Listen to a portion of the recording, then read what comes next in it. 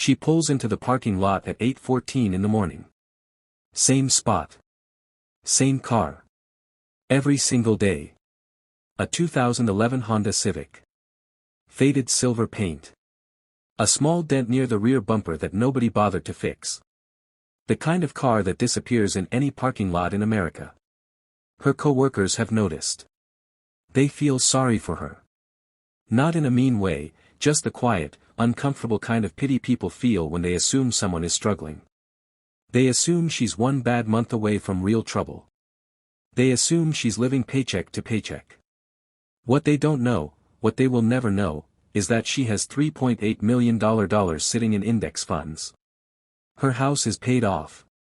Her kids' college funds. Fully funded. She could walk into her boss's office tomorrow morning, quit without a single word of explanation, and never think about money again for the rest of her life. She drives the old Honda on purpose. And that choice, that single, deliberate, misunderstood choice, is one of the most powerful financial strategies in the world. It has a name.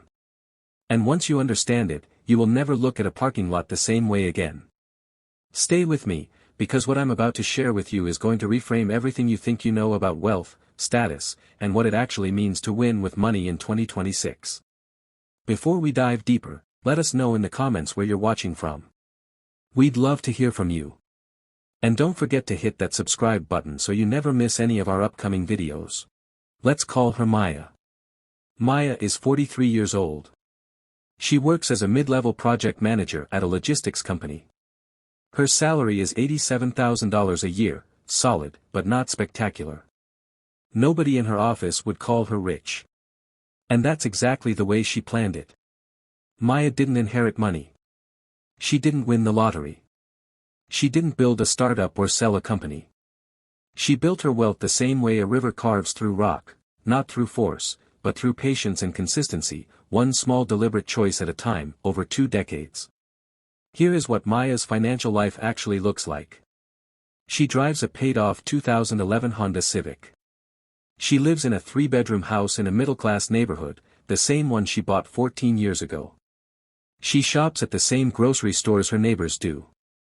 She wears clothes from J.Crew, Target, and occasionally a thrift store. Her vacations are modest.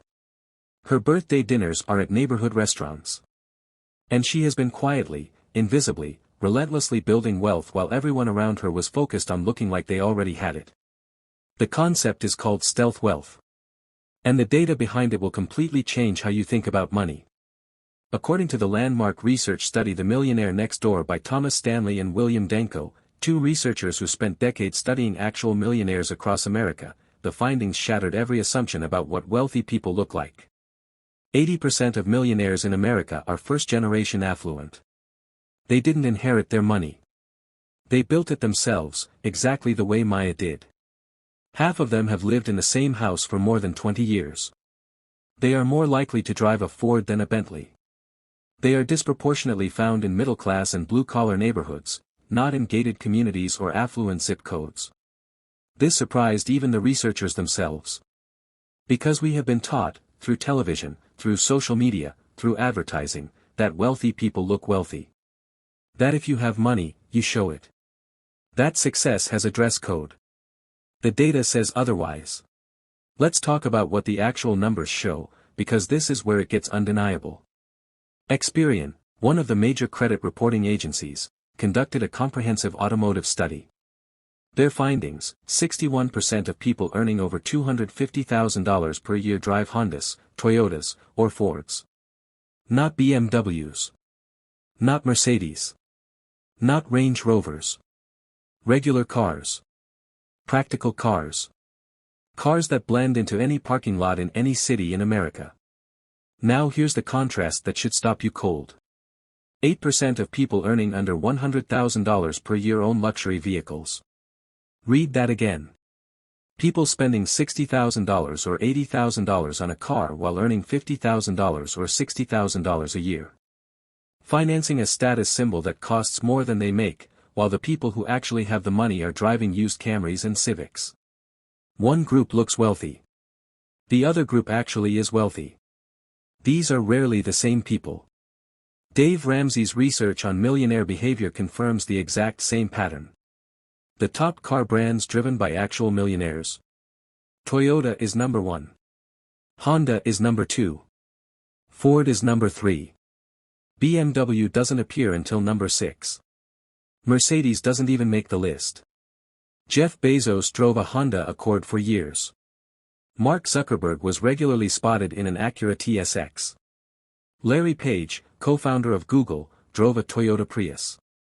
Warren Buffett still lives in the same Omaha, Nebraska house he bought in 1958 for $31,500. These are not people who couldn't afford something better.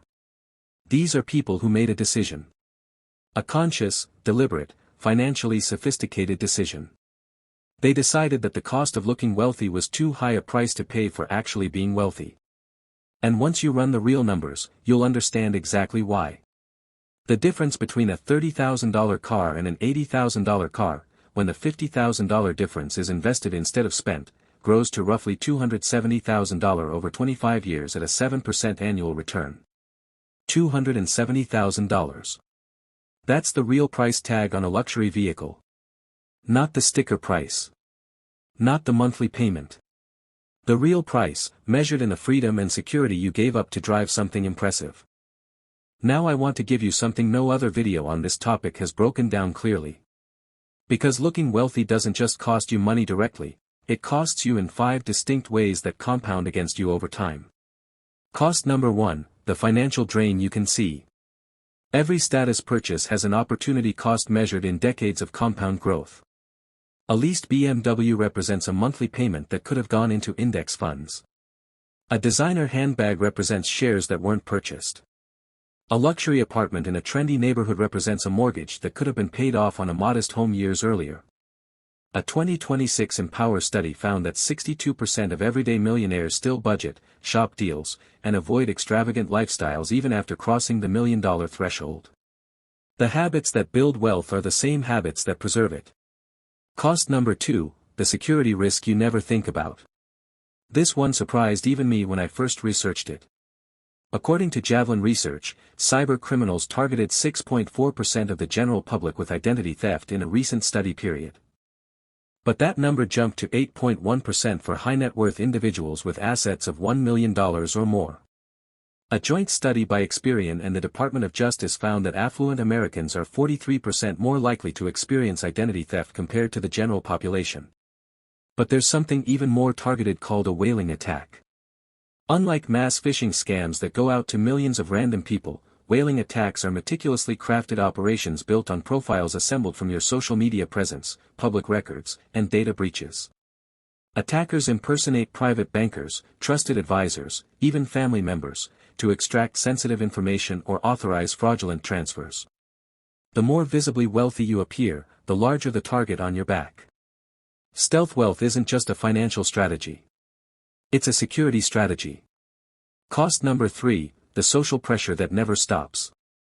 When you drive a luxury car, people assume you can afford expensive dinners. When you wear designer clothes, colleagues expect you to pick up the tab. When you live in an affluent neighborhood, the baseline spending of everyone around you inflates your own expectations. Research on social comparison shows that status is relational. It only exists relative to others.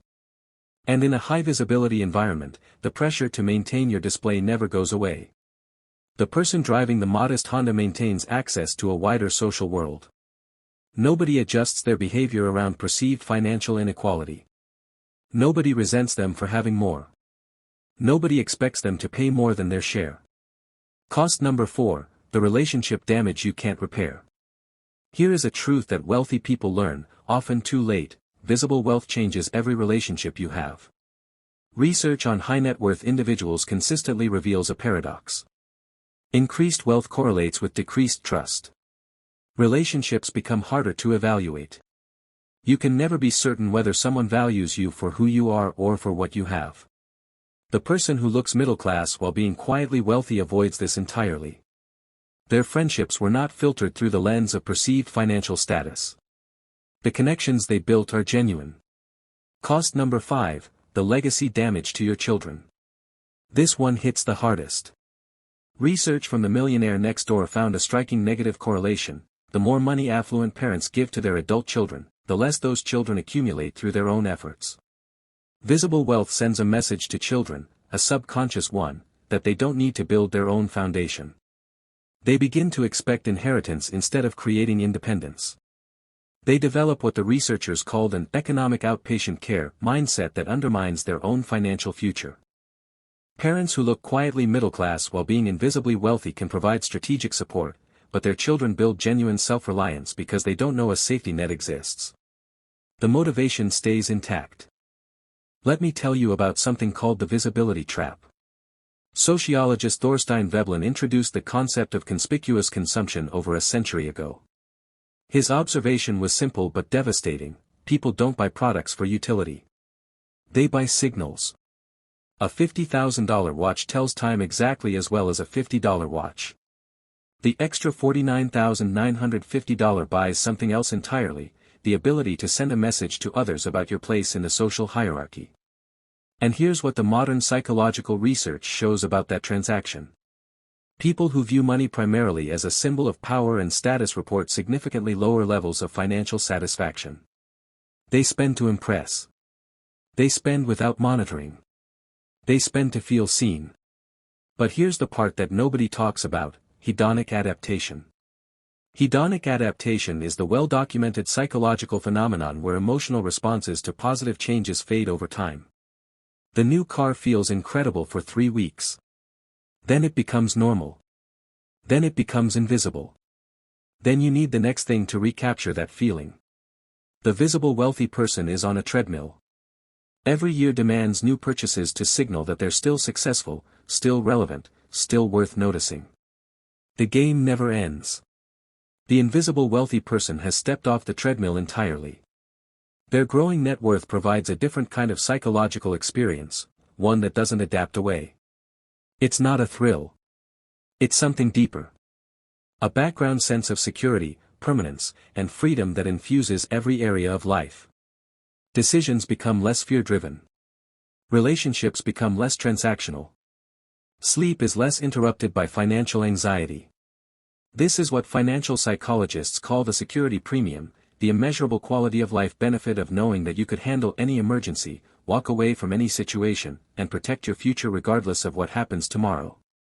Maya, our Honda Civic driver, experiences this every morning on her commute. Her co-workers, driving their financed luxury cars, do not. So what does the actual behavior of wealth builders look like? Thomas Stanley and William Danko developed a framework that cuts through everything. They divided people into 2 categories: PAWs and UAWs. PAWs, prodigious accumulators of wealth. UAWs, under-accumulators of wealth. And here's the critical insight: these categories have nothing to do with income. A $50,000 a year schoolteacher can be a bigger PAW than a $700,000 a year physician. Salary doesn't determine the category. Spending behavior does. The math is straightforward.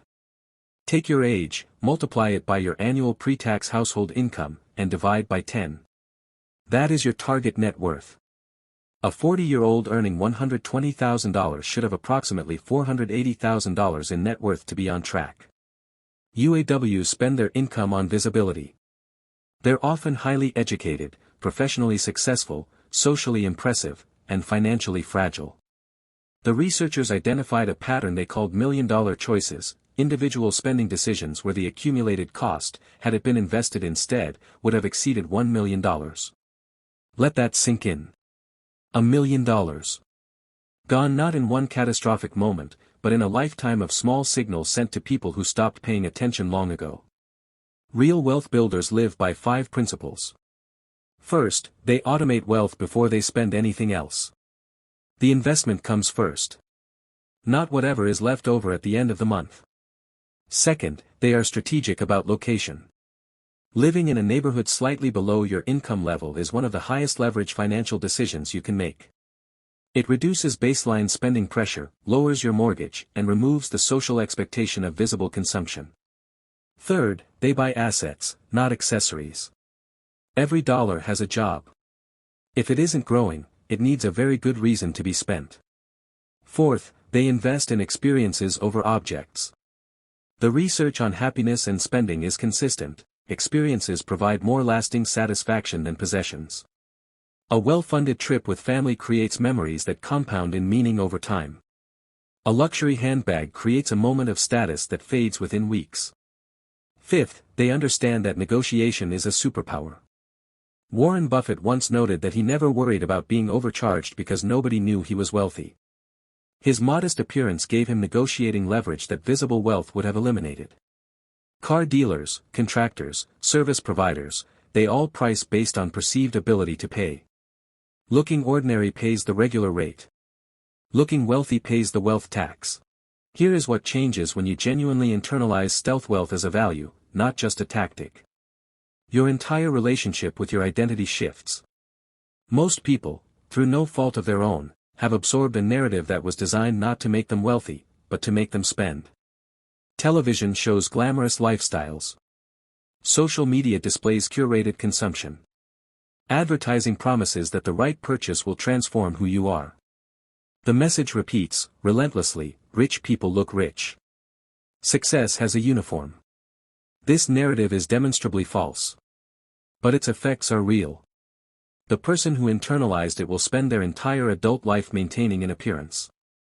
They will reach 55 with a closet full of luxury goods and a retirement account that cannot sustain them. The person who rejects it builds wealth quietly, invisibly, and relentlessly. They invest while others consume. They compound while others display. They reach 55 with a number in an account that represents something no status symbol can ever provide. Options. Options to leave. Options to stay. Options to give. Options to protect. Options to say no. Options to say yes. Options to walk away. Success isn't what you can buy. Success is what you no longer have to buy. Success isn't the things you own. It's the freedom you purchased with money you chose not to spend. And there is something else that the quietly wealthy understand that the visibly wealthy never learn. The tide is shifting. According to Bain & Company's 2024 luxury report, affluent consumers are increasingly moving away from conspicuous consumption and toward longevity and understated quality. What the industry now calls quiet luxury, or stealth wealth, has become a form of modern social currency. After the television series Succession ended, searches for the quiet luxury brand Loro Piana spiked globally. The appeal wasn't logos or obvious signaling. It was the opposite, wealth so understated that only those who truly understand it can recognize it. The culture is catching up to what the data has always said. The smartest people in the room are often the ones you never noticed. Before I let you go, I want to give you something to take with you. The Stealth Wealth Challenge. For the next 30 days, I want you to try something simple but powerful. Every time you are about to make a purchase that is primarily about how it will look to other people, pause. Ask yourself, am I buying this for the signal it sends, or for the value it creates? Not every visible purchase is wrong. Not every status-adjacent choice is a trap. But the awareness itself is transformational. The people who built real wealth didn't get there by accident. They got there by developing a specific kind of clarity about what money is actually for. It isn't for impressing strangers in a parking lot. It is for building a life that no one can take from you. Take the challenge. Come back to this video in 30 days and leave a comment telling me what you noticed. What you almost bought. What you chose instead. What it felt like. Because the comments section on this video is going to be full of people who are quietly building something extraordinary, and I think you should be one of them. If this video shifted something in you, share it with someone in your life who needs to hear it. And if you're new here, welcome. This channel exists for one reason, to help you think about wealth the way the wealthy actually think. Subscribe, because what we have coming up next is going to go even deeper. I'll see you in the next one.